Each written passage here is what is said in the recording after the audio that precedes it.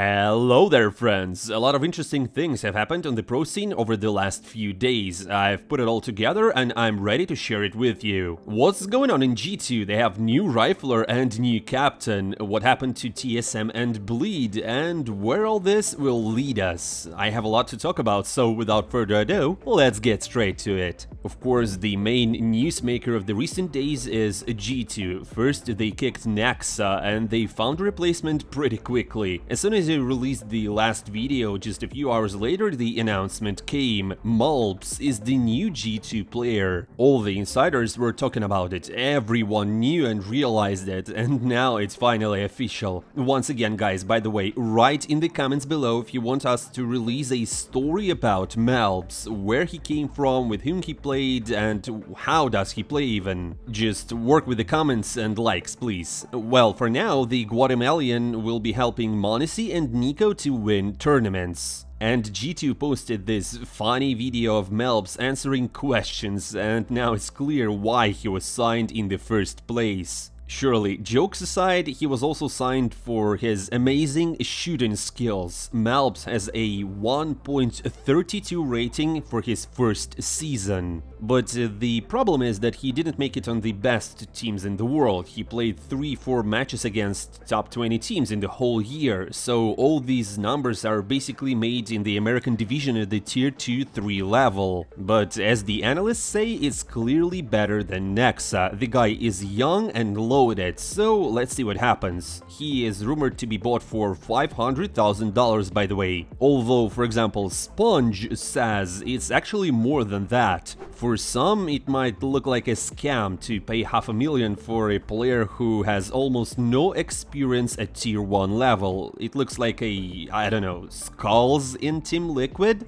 But apparently G2 were inspired by his play against them when he scored 38 frags on Ancient and won. Maybe that's exactly the kind of shooter the Kovac's family needed. But naturally, everyone was waiting to see what would happen with Hooxi. People asked to kick him out after IEM Dallas, where the team won without him. But then everyone started to defend him, like, yeah, he doesn't shoot and aim that well, but he contributes a lot of impact as a captain, being one of the main reasons why malbsMd shines so bright. There was talk, there were rumors, and, well, then it happened. Several days ago, G2 announced officially that the Giga Chad is leaving the team. And this is the end of a beautiful and somewhere not that beautiful story. It's funny that in all these 2 years at G2, Hooxi has never been green on stats at a single tournament. I mean, you'd have to work hard to get those kind of numbers, but again, he was almost always playing against tier 1 teams. But in any case, he brought trophies like Cologne, Katowice and Blast, while G2 had literally nothing before him, so he left with dignity. It's funny that he actually lost his place because of sister's wedding. I'm joking, obviously. It's actually hard to say if it was before Dallas with Stewie or after it that people started talking about his replacement. And no matter how you look at it, Hooxi is a really decent person. He got so much hate, everyone was whining about him. They were making clips and movies of him shooting 1 or 0 frags per map. They were coming up with all sorts of jokes, copy-pastas, and he turned it all into one big meme. I am the Giga Chad, I see that way. If he made a highlight, it goes worldwide. If he flopped hard, everyone just smiles and says, well, guys, that's Hooxi, that's okay. He's a legend, that's a fact, and he walked away with his head held high. And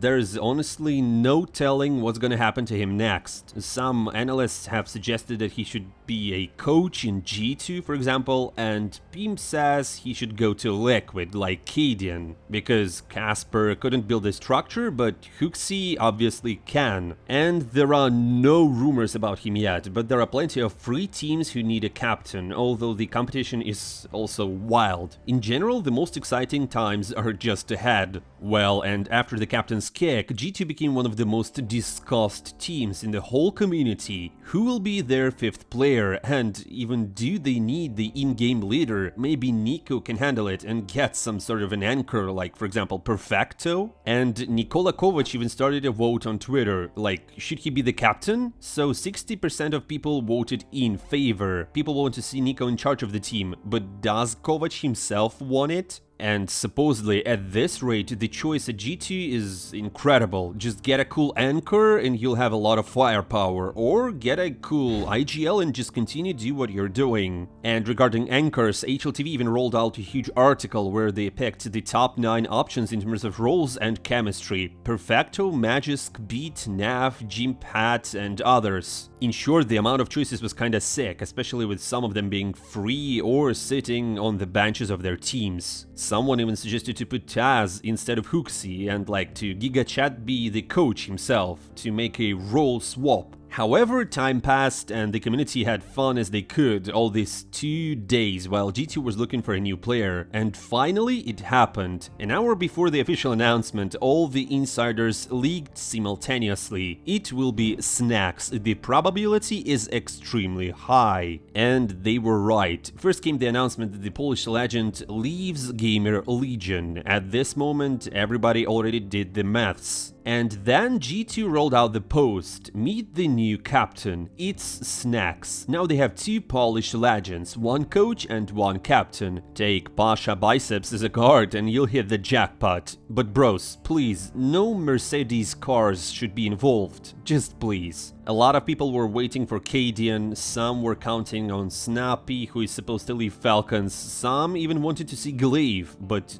definitely not Snax. It was super not obvious. And the community isn't exactly happy about the outcome. NIP's legendary Pita wrote that they might win something at the beginning just with the motivation and hype, but then with time passing, problems will come and Nico and Manasi can even leave G2. And Navi's former analyst isn't thrilled either. Let's look at Snax's achievements since leaving Virtus.pro. There aren't any. It's about the players, right? But if you look at Gamer Legion, they started playing even worse than with Nilan. Maybe some players have opened up under him? Also no. G2 didn't improve in skill, they didn't improve in tactics. Only Taz got a better situation, he'll have more fun. They taught him to take brothers with him, and now you have to deal with it. Why Snax? They could have taken Blitz, Stabs, and Dexter, or at least Glaive. And I mean, he has a point. And HLTV's editor and journalist Striker went even further. He said that because of the 2 newcomers, most likely it could be the end for Hunter. The thing is, G2 are now in full chaos with the roles. Malbs plays almost all of Nico's or Hunter's roles. Snax plays a lot of Nico's roles, and now someone's going to have to rearrange. Obviously, Nico will not change his positions, he's one of the best in the world at them, and Malbs was taken obviously not for a supporting role, but to become a new star, like Donk of some sort. So he will have to lead and open, and as a result, Hunter seems to be left out. He will most likely have to move to the most sad and dull positions. And here the question is that what you kicked JKS for? In short, among the community, it's harder to find someone who is happy about this change. Most people are against it. Yeah, Snax is undoubtedly a legend. Yeah, they will definitely have good chemistry with Taz, and it's important that captain and coach are on the same page. But, like, isn't he too old for this crap? As you may remember, back in the days, FaZe took Neo for Nico, and it didn't last particularly long. And it would have been nice if Snax really was a prospect or a super genius, but no, he came to Gamer Legion and the team looked good at the start, and then there were problems, and they were not solved. Lately, they couldn't even manage to play at tier 2 level. Yeah, he shoots better than Hooxi, he has better stats, but he played quite some time at quals and tier 2 scene, so these numbers can't really be compared to Hooxi, who played exclusively on tier 1. And there are also questions in terms of structure, like can he manage it and what he will do. So all in all, G2 has surprised the entire community, and so far it's been more on the negative side, to be honest. My friends, what do you think? Will the Polish veterans be able to build a good team and make some noise in the pro scene? Or will this G2 squad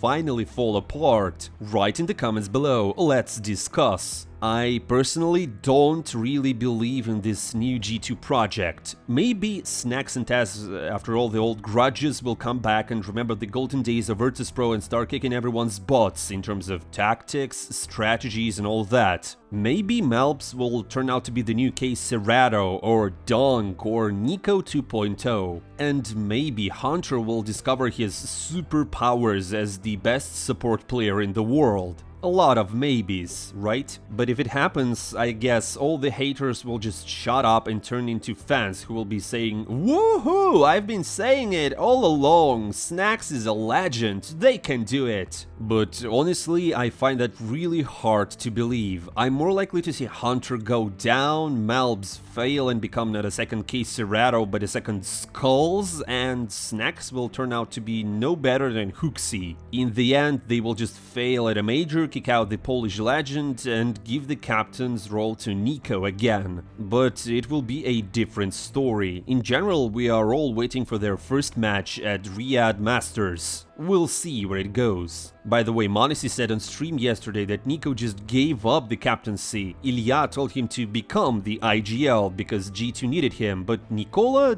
didn't want to. "The time has not come yet," he said. By the way, Sponge revealed that Perfecto's buyout clause is $500,000. That's how much they already gave for malbs, by the way. And maybe G2 just didn't want to spend another $500,000. That's why they decided to take old Snax for almost nothing, like probably 2 cases of Polish Pilsner and Taz's old Mercedes bumper. And that's, by the way, not all the news about G2. Nexa has already found a new team, it's Bleed Esports. He's gonna go to his mate Kassad and replace Faven. And now, I have to admit it, this Bleed lineup looks pretty solid, like the OG of a couple of years ago, so maybe they can make some noise and work out. Kyarbai is also back on the scene. Well, he went to the Chinese team GG Hao, although there are no Chinese players there. And again, as we already mentioned in one of the previous episodes, Ladislav Kovac Guardian just became a coach and has already assembled his own 5. BC Game added Lecro and some guy Prime Tabs into the previous trio. I just wish them good luck. And in between, TSM presented their new roster, and surprise surprise, it's a full Danish 5. They signed Acor, Nico and Altax. Why not? But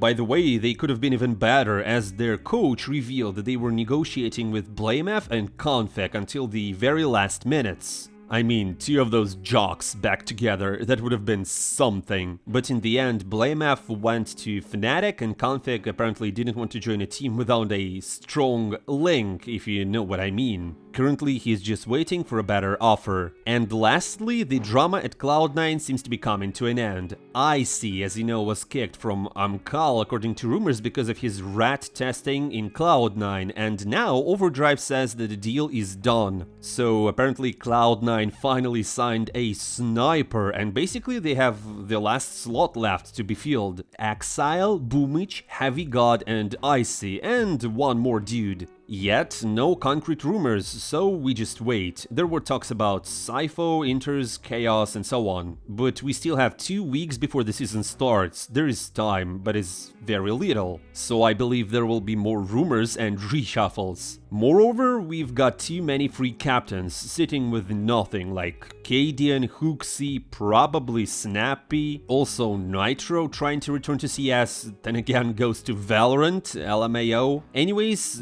things are just moving and we're actively following it. So if you want to stay up to date, don't forget to subscribe to the channel, put a like on this video and comment with whatever you like. I'm not saying goodbye for a long time. See you soon.